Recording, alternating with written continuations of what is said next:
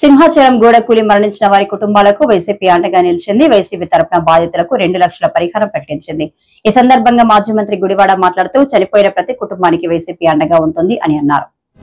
వారికి వైఎస్ఆర్ పార్టీ అండగా ఉంటుందని చెప్పి వారికి చెప్పడం, మరి ఏదైతే చిన్న వయసులోనే ఆ స్వామివారి చందనోత్సవం రోజుని దర్శనం చేసుకుందామని చెప్పి వెళ్ళిన ఆ భార్యాభర్త ఇద్దరూ కూడా మరి మీ అందరికీ తెలుసు, మరి ఆ కుటుంబానికి తీరని లోటుని మిగిల్చారు భగవంతుడు.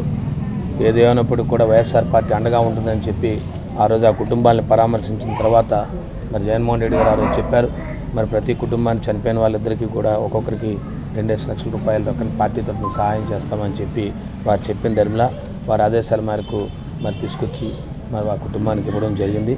మరి నాతో పాటు గౌరవ మాజీ మంత్రివర్యులు అనకాపల్లి పార్టీ అధ్యక్షులు అమర్నాథ్ గారు, మరి విశాఖ పార్టీ జిల్లా అధ్యక్షులు కేకే రాజు గారు, మరి నేను కానీ నాతో పాటు మా వైఎస్ఆర్ పార్టీ నాయకులు కార్యకర్తలు అందరం కూడా వెళ్ళి మరి ఆ కుటుంబానికి ప్రగాఢ సానుభూతిని తెలియజేస్తాం.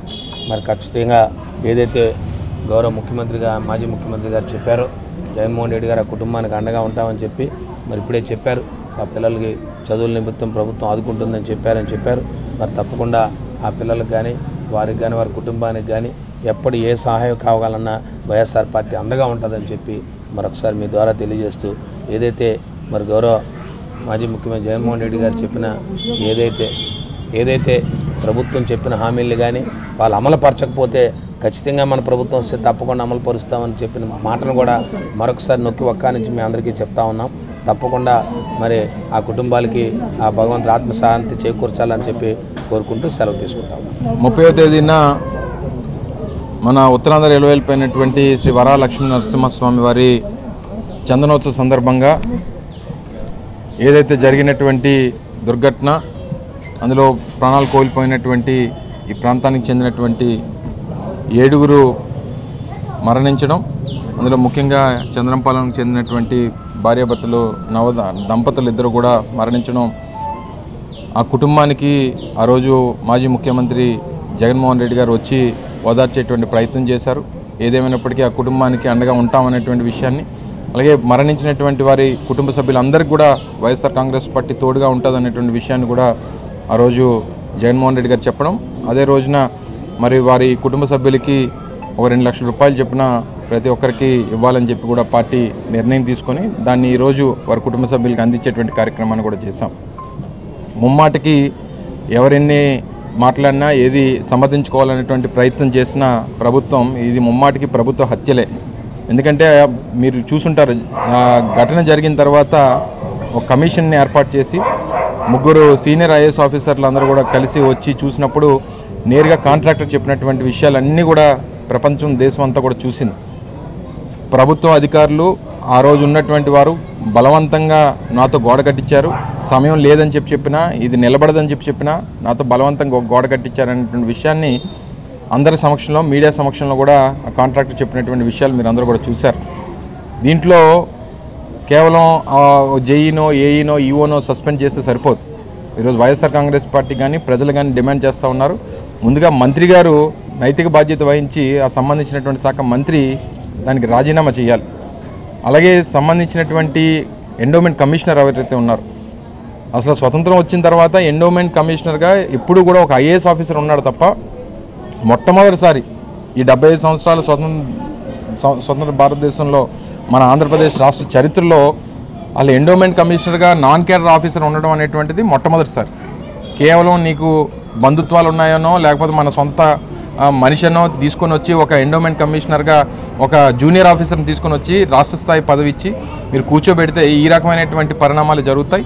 సో తప్పకుండా ఎండోమెంట్ కమిషనర్ కూడా సస్పెండ్ చేయాలి. అలాగే మంత్రి గారు రాజీనామా చేయాలని చెప్పి వైఎస్ఆర్ కాంగ్రెస్ పార్టీ డిమాండ్ చేస్తూ ఉంది. ఏదేమైనప్పటికీ వారు చేసినటువంటి అన్యాయం వల్ల ఈరోజు ఇన్ని కుటుంబాలు ఈరోజు ఇబ్బందులు పడుతూ ఉన్నాయి. ఆ రోజు కుటుంబ సభ్యులందరూ కూడా ఆ రోజు కేజీహెచ్ మార్చిరీ దగ్గర కూడా వారికి ₹1 కోటి నష్టపరిహారం ఇవ్వాలని చెప్పి డిమాండ్ చేశారు.